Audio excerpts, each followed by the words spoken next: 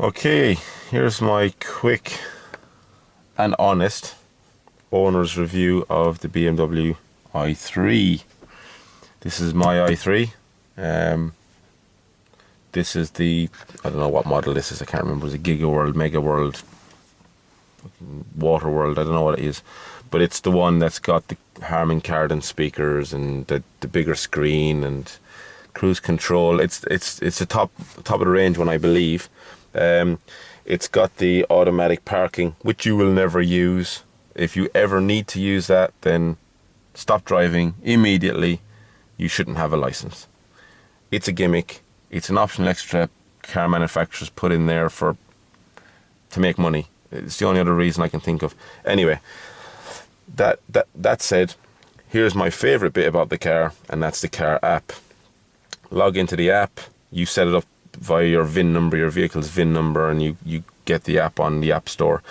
And on a frosty, cold morning, which it was yesterday, there was ice all over the car. My neighbours had both their cars running for 20 minutes outside and heating switched up full max to try and defrost the car. You literally, in your house, log in. It tells you what percentage of power you've left, 98%, my range, then my petrol range, because this has got the little petrol generator in there as well. What you do is you log in, go into your commands, and you can tell the car to precondition. Perform now. It's sending that message to the vehicle. You know, that's not working via Bluetooth, that's working via the internet. It will work anywhere in the world. I could be in Switzerland and I could tell the car in London, right, warm up, because I don't know why I would be warming it up from Switzerland, but I could do, you know. And I hope you can hear that now. The heating has just come on, and I don't need to be in the vehicle to do that. I can do it from in home, like I said. Don't need the keys on me, don't need anything, I just need the app. I can lock and unlock the vehicle as well, so lock the vehicle now, perform now, and it will do it. There's my door lock. It does take, you know, quite a few seconds to happen, but it will do it. And that's handy if you've left your keys somewhere and you want to unlock the vehicle. There it goes, it's locked. So if you've left your keys somewhere and you want to unlock the vehicle.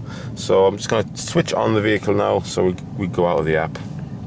The app also, you can program in destinations and send them to the vehicle and stuff like that. So switch the car on, foot on the brake, press the start button. My car is set to 21 degrees, heated seats are off at the minute. And that brings me to my first and one of very few bad points about this vehicle. The first bad point about this vehicle is, on a winter's day, if you want the heating on, which you will do, right? It will decrease your miles. And that's inevitable because heating uses a lot of electricity. If you look at any of your plug-in heaters at home, if you've got plug-in ones, they'll all be 1,000 watts, 800 watts, 2,000 watts. That's a lot of electricity. And that will suck away your mileage. So I'm on 21 degrees right now. Let me turn it up to the maximum and you can watch the miles here and see they go down. So that swallowed up 8 miles, just turning up the heating by 7 degrees, it swallowed 8 miles. So that's why I like to keep it on around 20, 21 degrees, and that will, you know, kind of a trade-off, isn't it? It's a trade-off. Another good point about the vehicle is you can send your destination details from in home. You can send it via that app. You can send your destination to the vehicle. I've already done that today.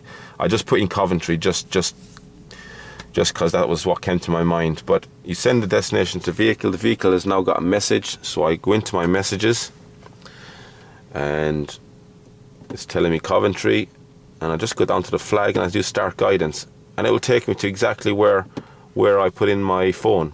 So you don't have to mess around with this, you don't have to touch this if you don't want to when you get into the vehicle, because these are quite fiddly messing about. So that saves loads and loads of time. You can pre-program before you get in the vehicle. So in home, in the warm, you can program the vehicle, which is brilliant as well. And it's telling me I won't make it there on electricity alone.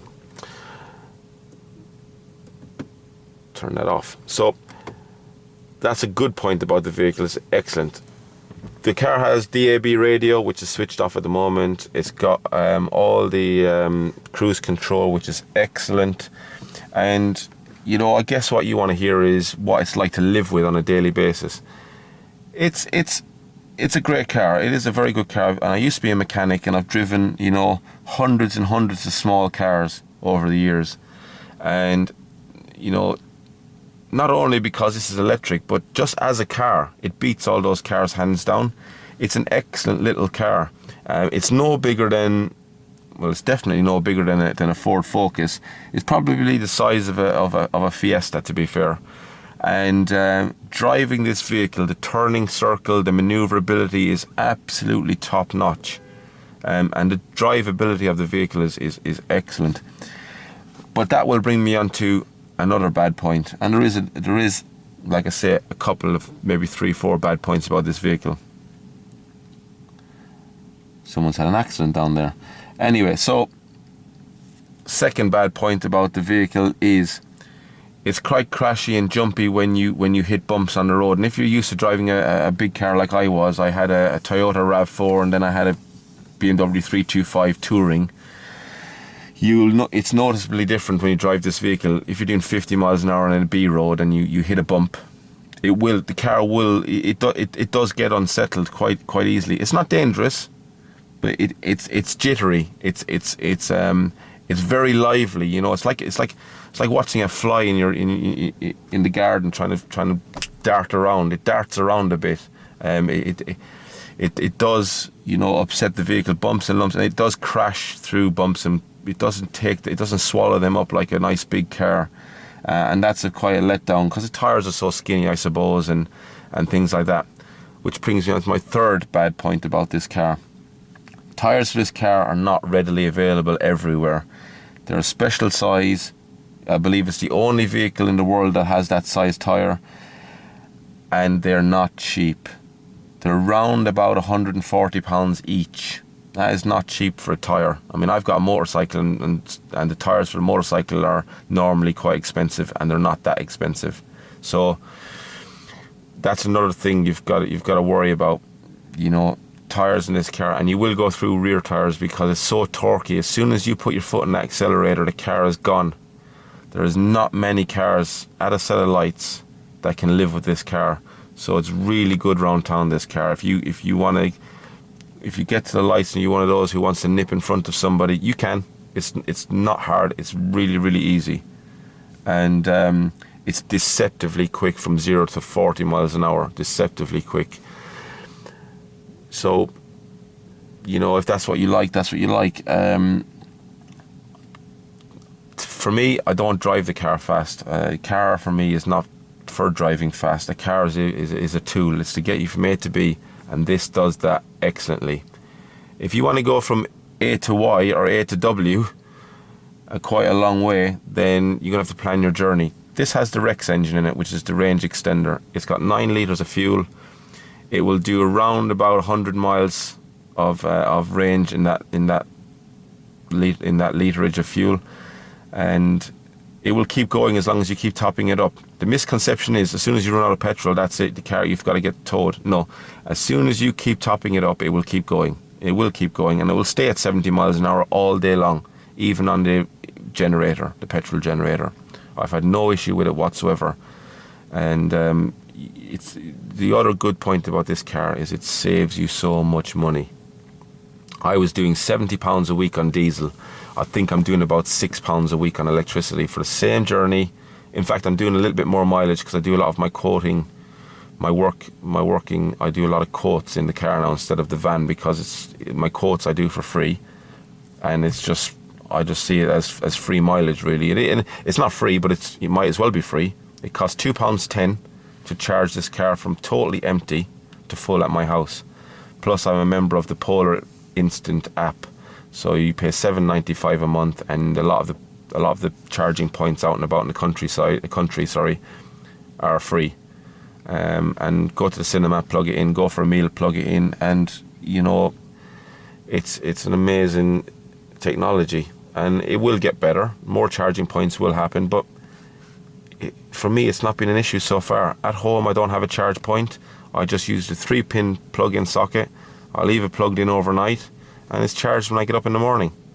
It really is that simple. You don't have to have one of these fancy points at home that charge in 3 hours. You don't have to have that unless you have the one that doesn't have the petrol generator, which I would only recommend if you're doing a few miles every day. If you're going to do what I do and have to, and that lady's wondering why I've got a camera tied to my head. If you're doing what I do, which is I do about 80 miles a day, 90 miles a day, you need to have that range extender, because what will happen is inevitably you'll come home from work, you'll have done your load of juice, you'll have done your full load of electricity, and you realise you have to go to the post office, or you have to go over to a friend's house, or you have to do another errand, whatever, and you've got no electricity. It's probably going to be a real ball ache ringing your friends and saying, oh, I've got to wait half hour, 40 minutes for the car to give me 10 miles. Well, it's plugged in. You don't want that. You want the reliability of having the petrol engine there, get in the car, and off you go. It gets you wherever you want to go. I'll go on to one more bad point.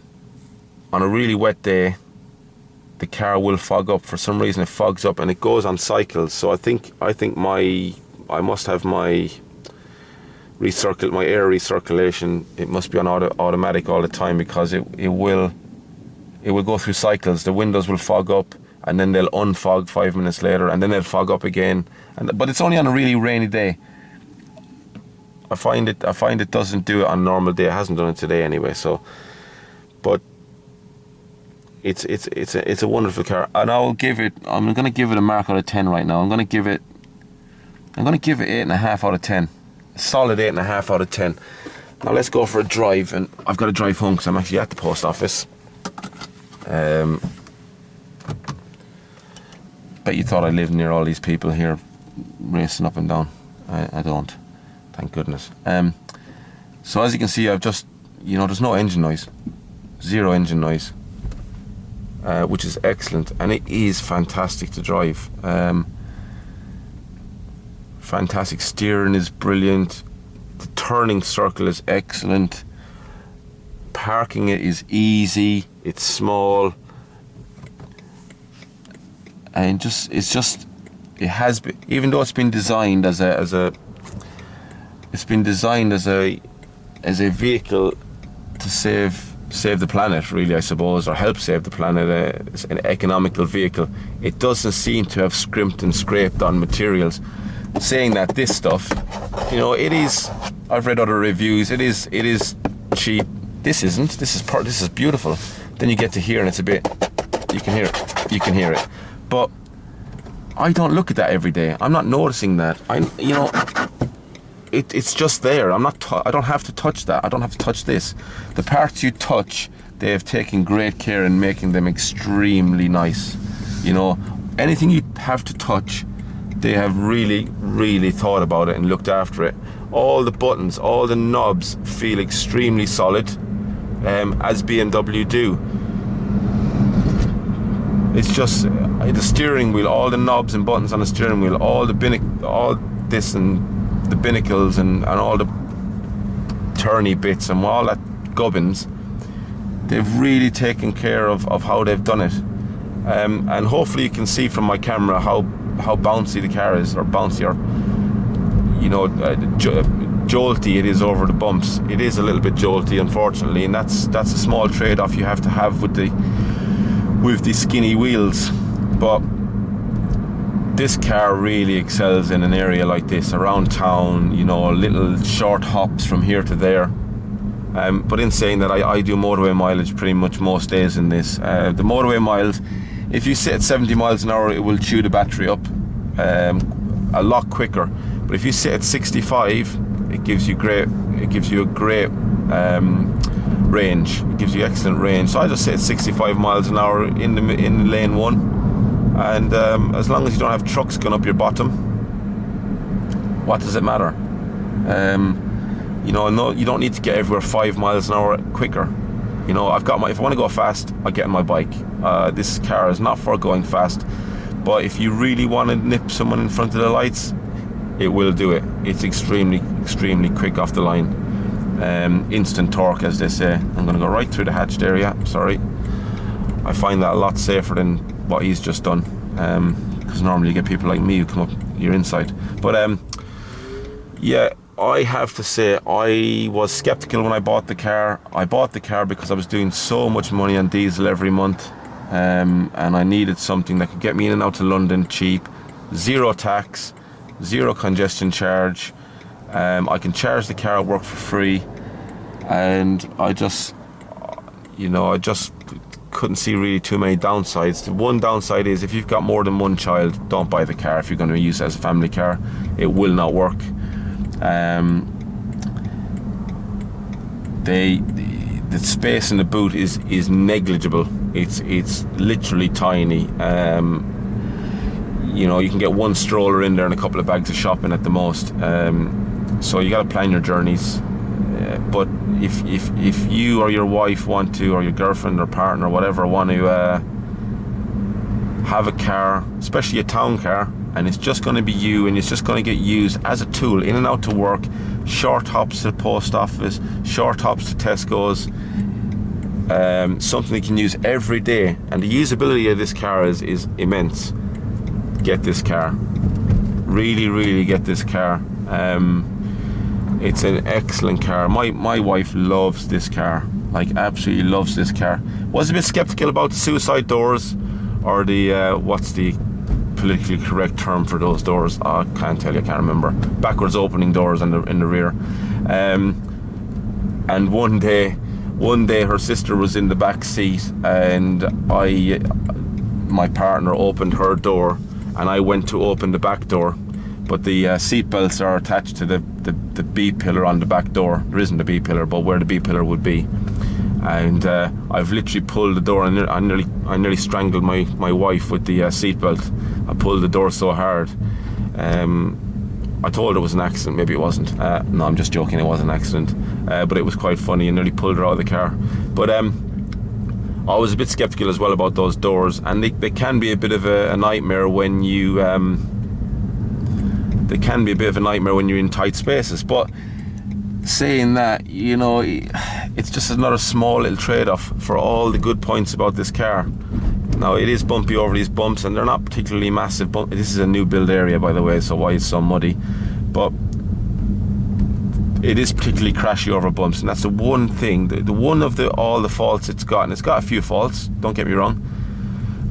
It's the one fault I would really like changed by BMW. Maybe a softer suspension, maybe a slightly wider tyre, or maybe getting one of the tyre manufacturers to make a tyre with a softer sidewall.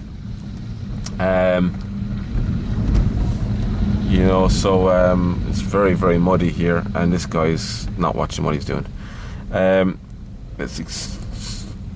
It's extremely muddy here, sorry, and the traction control light was just flashing. But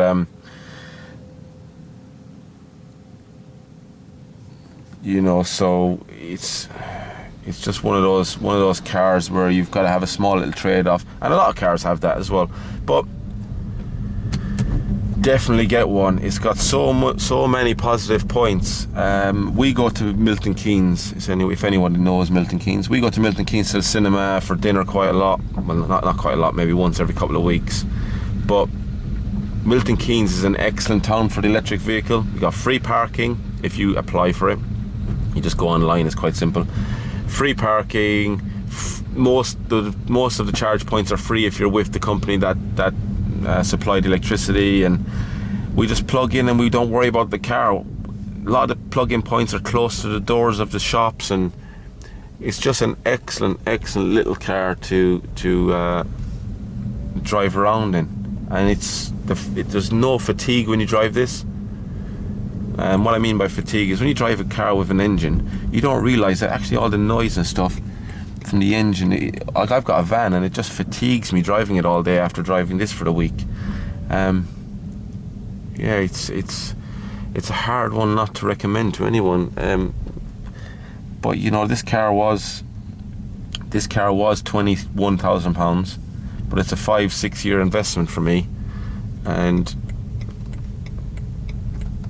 you know, the amount of money I'm saving every month on diesel alone and tax, and my insurance went down, and you know, we just couldn't not say yes to buying this car. So if you've got any questions whatsoever, give me a message, send me a message, and I'll answer it.